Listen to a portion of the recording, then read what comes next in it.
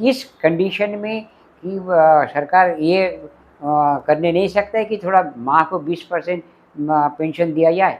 जवाब में बोला गया कि ऑफिसर को फैमिली पेंशन जो है वो डिवीज़न नहीं होता है। पेंशन भी नहीं मिला, कुछ कंपनसेशन भी नहीं मिला, सबको बहू के पास। दोस्तों, यदि शादीशुदा सैनिक की शहादत हो जाती है तो उनके माता पिता को पेंशन स्वरूप कुछ भी नहीं मिलता है और भारतीय सेना में ऐसे वीर माता पिता की संख्या बहुत ही ज्यादा है। इसी क्रम में मेरी मुलाकात होती है मेजर सर्जा चक्रवर्ती 19 ग्रेनेडियर के पिताजी श्री शांतनु चक्रवर्ती जी से।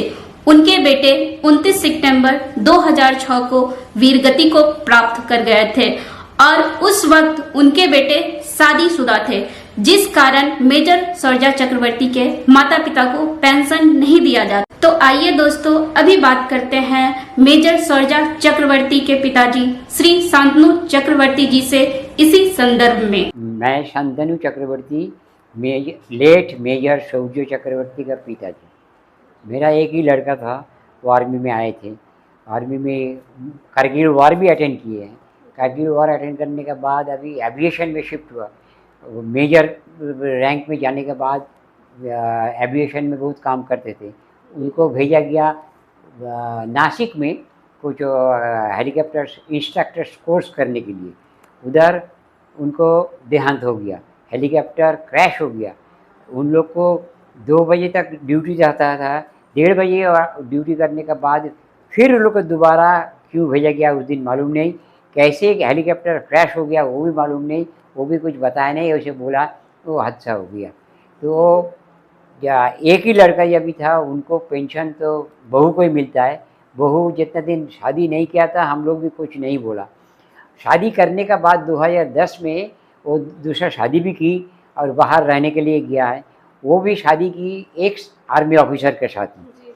तो उनको इनकम तो अच्छा ही है। तो माँ ने क्लेम किया था कि मेरे को कुछ 20% कम से कम पेंशन अगर दिया जाए तो बहुत अच्छा है। कहीं कि एक ही लड़का था, अभी इस उम्र में उनको बहुत ही तबीयत ये चल रहा है, उसको बीमारी है बहुत।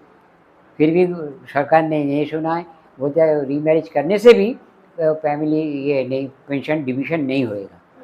इसीलिए मैं सरकार के पास यही बोलना चाहता है, ये जैसे कि उनको रीमैरिज हो गया, उनको बेटा है, पहले बहू को तो पहले हस्बैंड को तो कुछ इशू नहीं है। तो इस कंडीशन में कि सरकार ये करने नहीं सकता है कि थोड़ा माँ को 20% पेंशन दिया जाए।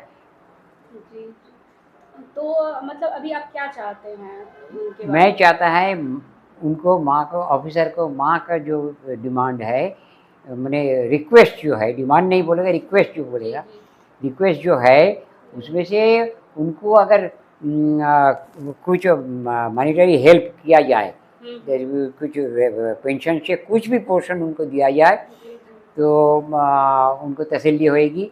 और ये भी हम लोग जानने मांगता है, ये हेलीकॉप्टर क्रैश कैसे हो गया। जो हेलीकॉप्टर अभी 15 मिनट पहले घूम के आया और इन लोग को ड्यूटी ख़त्म होने के बाद दोबारा उनको ड्यूटी में भेजा गया फ्लाइट करने के लिए।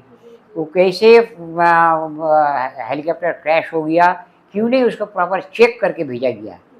ये हम हमारा ट्रेनिंग नहीं, उसको इंस्ट्रक्टर्स कोर्स करने के लिए भेजा था। Course, not training. अच्छा, कोर्स करने के लिए उनको भेजा गया था। वो भी 2006 में, 1999 में उनको पोस्टिंग हुआ था। कारगिल वार करके आया है। कारगिल वार में पलंगवाला में पोस्टिंग थे। उसको बहुत फ़ोटो हम लोग भी देखा है क्या क्या किया। ये करने के बाद फिर जालंधर में पोस्टिंग हुआ। उधर ड्यूटी करने के बाद उसको 2004 में मेजर प्रमोशन मिला एंड एविएशन में शिफ्ट करवा दिया। एविएशन में ड्यूटी करते थे 14R&O फ्लाइट में। तो वो तभी इंस्ट्रक्टर्स कोर्स करने के लिए उनको भेजा गया नासिक में। तो नासिक में हो गया था, 3 महीना का कोर्स था, 2 महीना हो गया था, अभी कई दिन ही बाकी था। तो उसमें ये हादसा हुआ। तो हम लोग मांगा था कैसे हादसा हो गया, कैसे हो नहीं सकता, क्यों नहीं चेक करके भेजा गया। कुछ जवाब नहीं मिला। और पेंशन अभी वाइफ को मिल रहा है, अभी भी मिल रहा है, एक पैसा कंपनसेशन माँ पिताजी को मिला नहीं, पेंशन भी नहीं मिला, कुछ कंपनसेशन भी नहीं मिला, सबको बहू को पास गया है। तो अभी अपील सरकार के पास है, माँ का अपील है ये कुछ भी पेंशन 20% तो हो कम से कम देना चाहिए, क्योंकि उसको दोबारा शादी हो गया, एक बच्चा है, वो लोग बहुत दुबई में रहता है, इंडिया में है ही नहीं, दुबई में बिजनेस करते हैं ये लोग।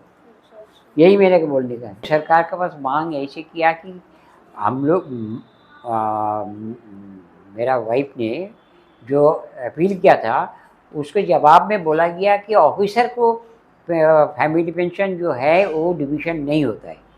अच्छा। बाकी जवान लोग को फैमिली पेंशन डिवीज़न होता है।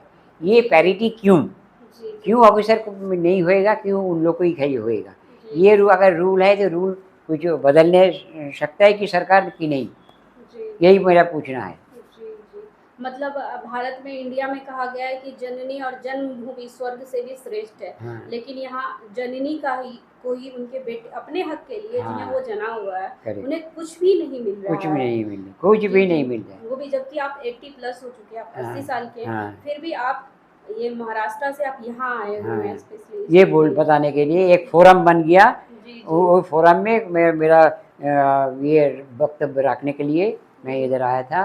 अभी मालूम नहीं कि सरकार कुछ इसको बारे में सोचेंगे कि नहीं। नहीं वो सब कुछ नहीं करता है। एक पैसा जो मेरा लड़का का शहीद होने के बाद जो गवर्नमेंट से जो पैसा मिला, तो एक पैसा भी हमको मिला नहीं अभी तक।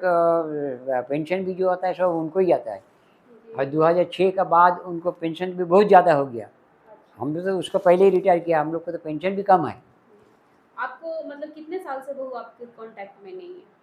कांटेक्ट पे फ़ोन करते हैं यही, इतना ही। और माँ पिताजी भी हमारा अमरनाथ में रहता है, वो लोग कुछ कांटेक्ट नहीं रखते हमसे।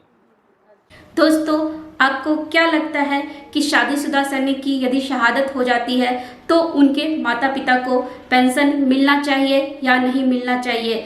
इस पर आप अपना राय हमें ज़रूर कमेंट्स बॉक्स में लिख के बताएं। जय हिंद।